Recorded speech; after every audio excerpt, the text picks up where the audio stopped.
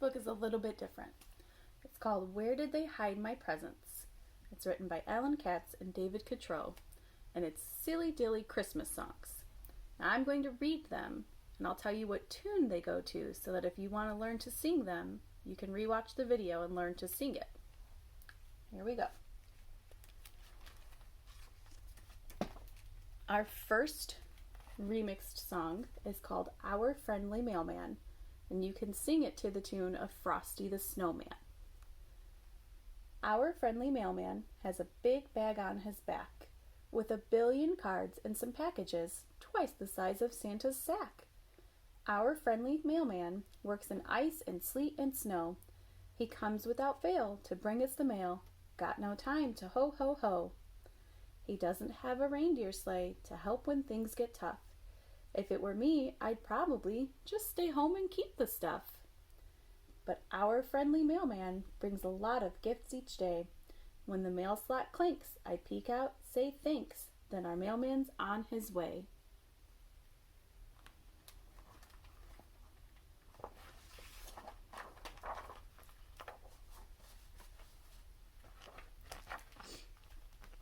Our next remix song is called Snowball Fight, and you can sing it to the tune of Jingle Bells. Dashing through the house, 'cause I can't find my left boot. Gotta head outside, this one'll be a beaut. The powder's 2 feet deep, whole front lawn is white. We'll stomp and we'll attack, and we won't come back till midnight. Oh, snowball fight, join us if you dare. We'll make sure a clump of snow lands in your underwear. Snowball fight, favorite winter sport. We'll pelt until it melts, and we will never leave our fort. Johnny can't come out, 'cause he's stuck inside with the flu. He's a snowball champ, so here's what we do. With buckets full of snow, we step up to his door. We ring his bell, he answers it. We start a snowball war. Oh, snowball fight, snow flies left and right. Johnny's living room is now all covered up in white. Snowball fight, gee, our moms are sore. We may not get outside till at least the next spring thaw.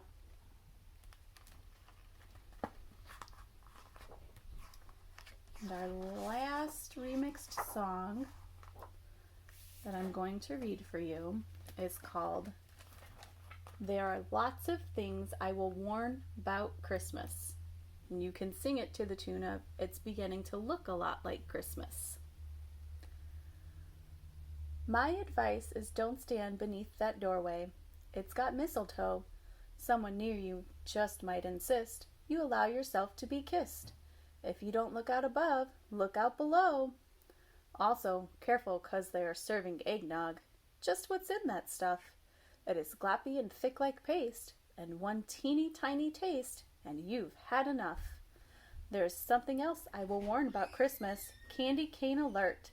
Though they're hanging from every tree, don't go eating 83. They're yummy, but your tummy's gonna hurt. So to all of you, I wish Merry Christmas. Here's a final scoop. After Santa comes with his sleigh, just remember the next day, watch out for reindeer poop. Alright guys, that's all I've got. Thanks for listening. Why did the toilet paper roll down the hill? To get to the bottom. Want to hear a poop joke? Nah, they always stink. Now, what do you call a vegetarian with diarrhea? A salad shooter. Guys, it's Miss Sarah. Thanks for joining me for our Christmas story. Let's begin. It's hysterical. It's called The Dinosaur That Pooped Christmas. It's written by Tom Fletcher, and it was published by Simon & Schuster. Here we go. From high in the sky, Santa looked down below to houses all cozy and covered with snow, where snoozers were snoozing, tucked up in their beds, while dreaming the most festive dreams in their heads.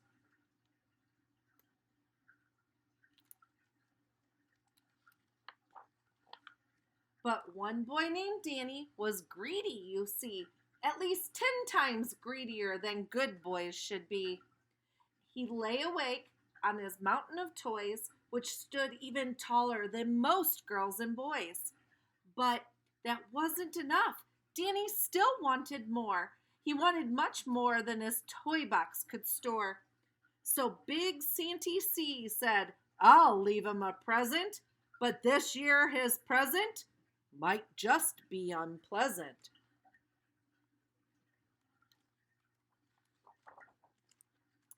Danny heard such a clatter, his heart skipped a thump. 'Twas the clomping of hooves going clippity-clump.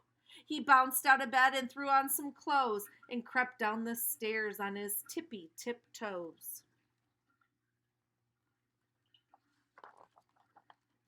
There, under the tree, were gifts big and small, and a gigantic egg placed in front of them all. "Santa brought me an egg?" "An egg?"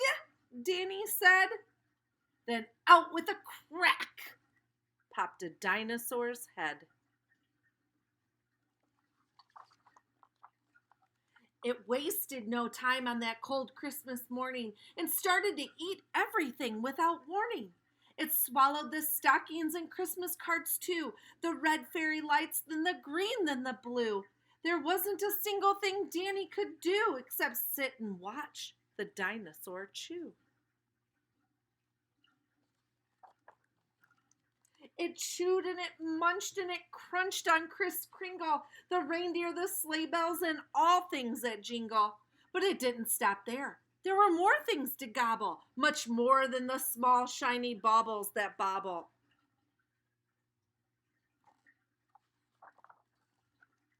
It ate up the cat and the dog and the fish, and from the dishwasher it downed every dish. The tables, the chairs, the walls and the doors. Now nothing was safe, not even the floors. And it says, there's a warning. Now readers, beware. The next part is scary. And if you read on, you'll need new underweary. Should we continue? Here we go. It might be scary. Knitting some socks was Danny's sweet gran, who had no idea of the dinosaur plan.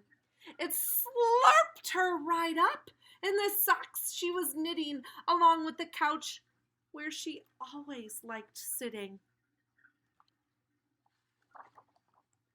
Then it ate Danny's mom. She was gone in one bite, and the dino was now double Danny's dad's height. So with no point in him even trying to fight, he leapt into his mouth, wishing all a good night. Now, nothing was left.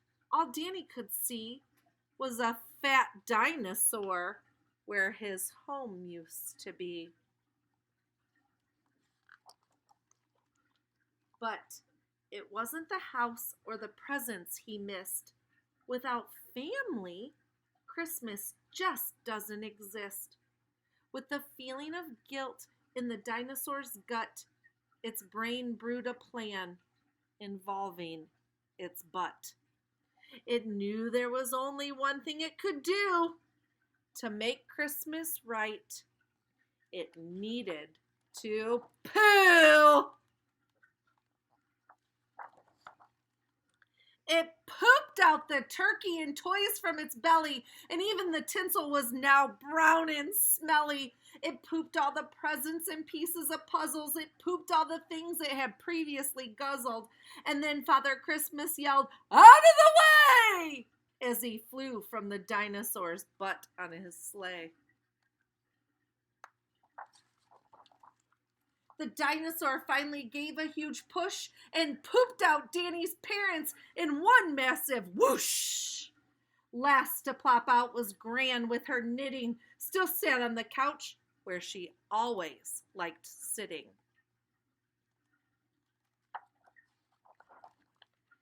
"Merry Christmas," said Dan to his whole family, as they washed off the presents and put up the tree.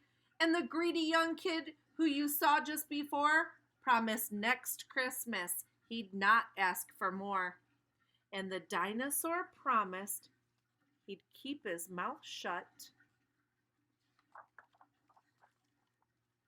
as you would if Christmas came out of your butt.